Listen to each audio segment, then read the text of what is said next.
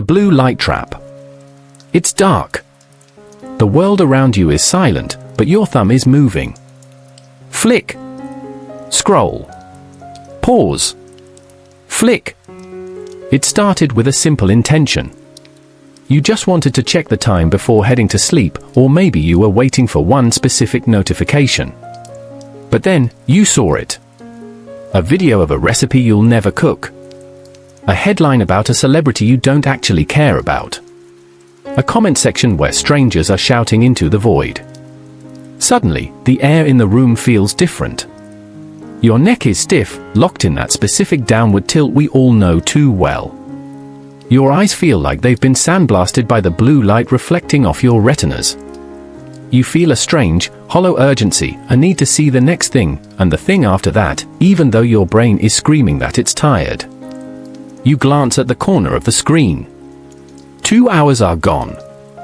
Just like that, vanished into the digital ether. If you're feeling that familiar pang of guilt right now, take a deep breath and let it out. From where I'm sitting, and trust me, as a cat, I know a thing or two about getting distracted by shiny things. I can tell you that you haven't failed. You haven't lost your mind. You've simply fallen.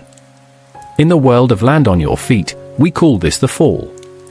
It's a gravitational pull so strong that even the best of us get sucked in.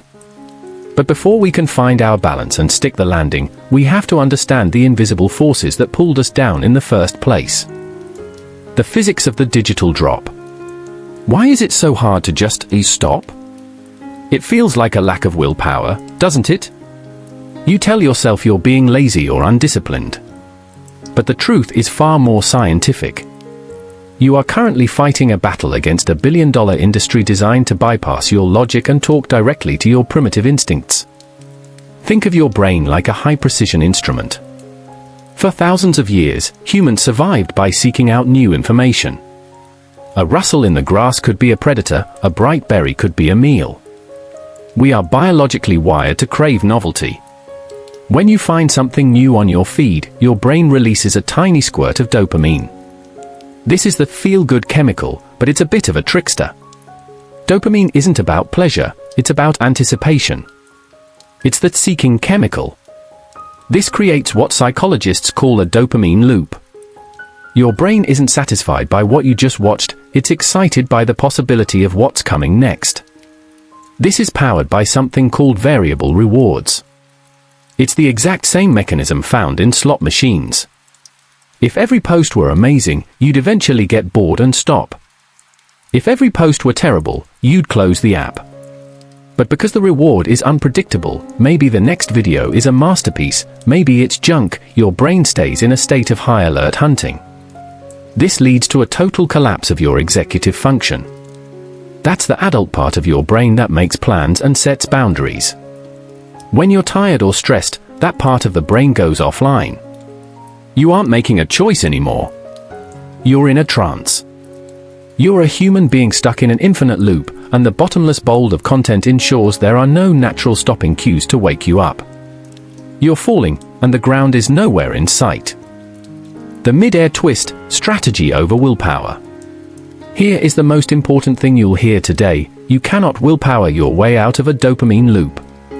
Trying to use self-control against a perfectly engineered algorithm is like trying to jump over a skyscraper. It's just not how our hardware is built. To land on your feet, you need a mid-air twist. In my world, when a cat falls, we don't just stay stiff and hope for the best. We use physics. We rotate our heads, then our spine, then our legs.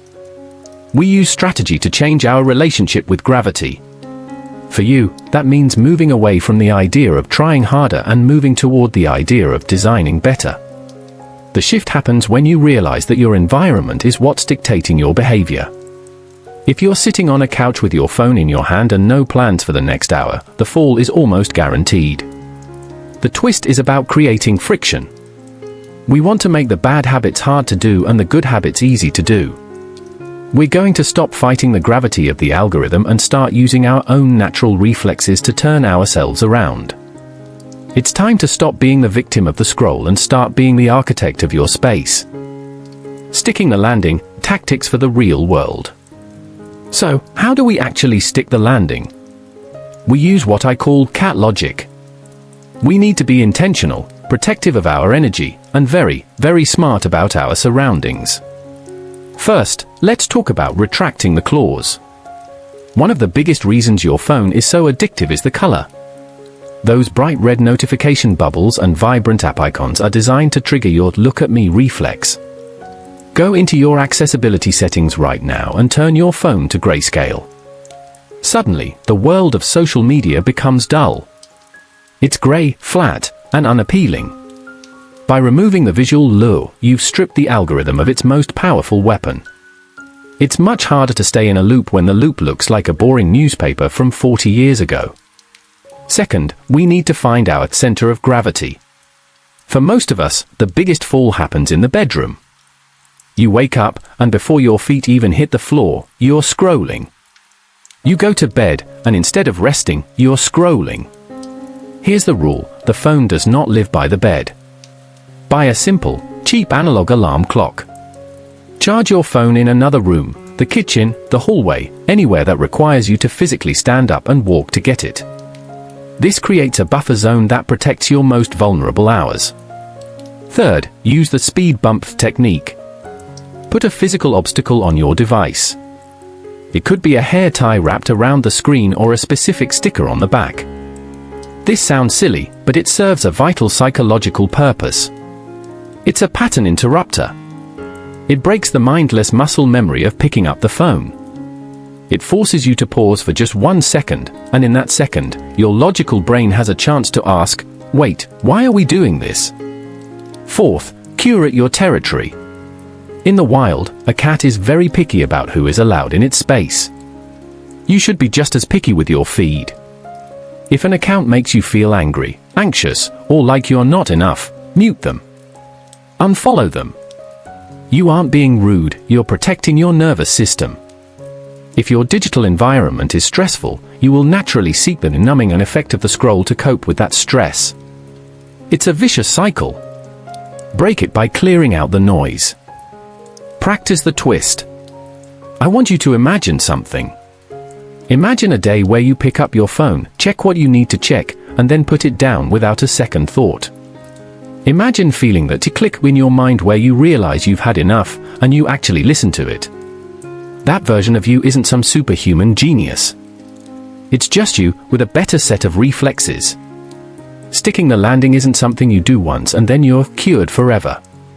Even I have days where I get a bit too obsessed with a moth flying around a lamp. The goal isn't perfection, the goal is recovery. If you find yourself falling into the loop tonight, if you realize you've been scrolling for an hour and your eyes are heavy, don't start hissing at yourself. Don't let the guilt win. Just recognize it. Say to yourself, oh, I'm falling. And then, perform the twist. Put the phone in a drawer. Stand up. Stretch your paws. Look at the real world for a moment. Every time you catch yourself and choose to stop, you are practicing your landing. You are training your brain that you are the one in control, not the glass slab in your hand. Life is happening in the room you're sitting in, not in the feed you're watching. There are sunsets to see, real conversations to have, and, if you're anything like me, some really high-quality naps to take. You have the instinct. You have the science. Now, you just need to practice. I'm Flip, and this is Land on Your Feet. Go ahead and put the device down now. I'll be right here whenever you need a reminder of how to find your balance. Stick the landing. I'll see you in the next one.